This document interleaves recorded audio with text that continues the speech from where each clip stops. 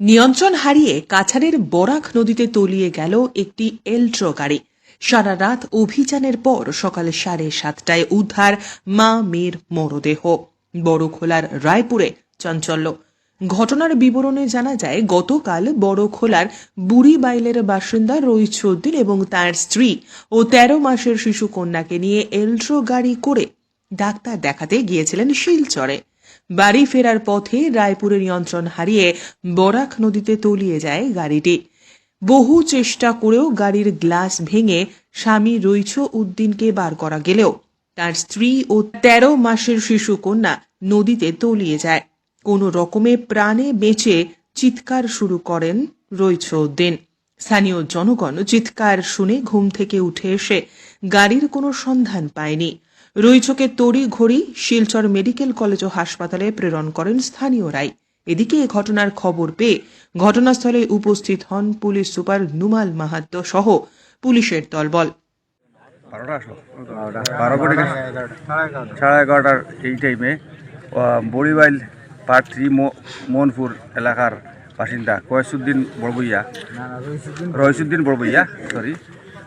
বড়বইয়া তার পরিবার নিয়ে এবং সঙ্গে একটা বাচ্চা তার ডাক্তার দেখাতে গেছিল রামনগর হাতে ঘুরে যাওয়ার পথে এই রায়পুরে গাড়ি অ্যাক্সিডেন্ট হয়ে নদীতে গেছে।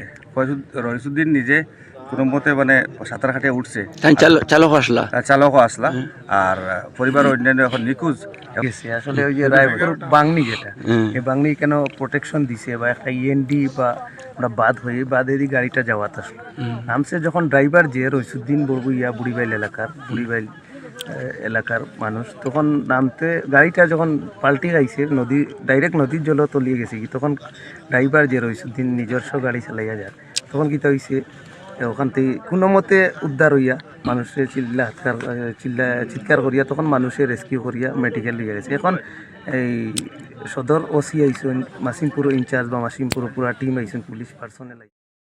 সারা রাত এসডিআরএফ এবং এনডিআরএফ বাহিনী অভিযান চালালেও সকাল 7টা পর্যন্ত কোনো সন্ধান পাওয়া যায়নি। অবশেষে 7:30 নাগাদ উদ্ধার করা হয় মা ও শিশু কন্যার নিথর দেহ। কত সময় লাগছে তুমি খুঁজাইয়া বার করছো? আধা ঘন্টার পরিমাণের ভিতরে। কিন্তু কালকে রাত্রে 11টার থেকে আমরা চেষ্টা করা ওর, কিন্তু এসডিআরএফও দেখছি আমি এই জায়গাত ব্যর্থ হয়েছে। কিন্তু আপনারে বিশেষ করে ধন্যবাদ দেই, ব্যর্থ হয়েছে। প্রচেষ্টা করা হয়েছে কিন্তু জানি না কিতা কারণে তারা রাত্রে 11টা থেকে 7টা পর্যন্ত তারা পারলো না। কিন্তু আমার এই বাই শ্রীকুনার প্রপার শ্রীকুনা নানি বাড়ি, আর এমনি গ্রামের নাম রাতপুর পার্ট 2 আমার এই বাইয়ে আজকে এত বড় একটা সোয়াবর কাম করিয়া দিছ অত কষ্টর মাঝে ঠান্ডার মধ্যে। আমি আমার এই বাইরে এই এলাকাবাসীর বুড়িবাইল তথা এই অঞ্চলের এলাকাবাসীর তরফ থেকে আমি আমার বাইরে ধন্যবাদ জানাই। আজকে একজন মহিলা এবং সঙ্গে একটা যে 13 মাসের যে শিশু কন্যা সন্তান মা এবং মেয়েকে উদ্ধার করিয়ে দেওয়ার জন্য আমি আমার বাইরে বিশেষ করে ধন্যবাদ জানাই। Bureau report, CNN 24 news, Silchar.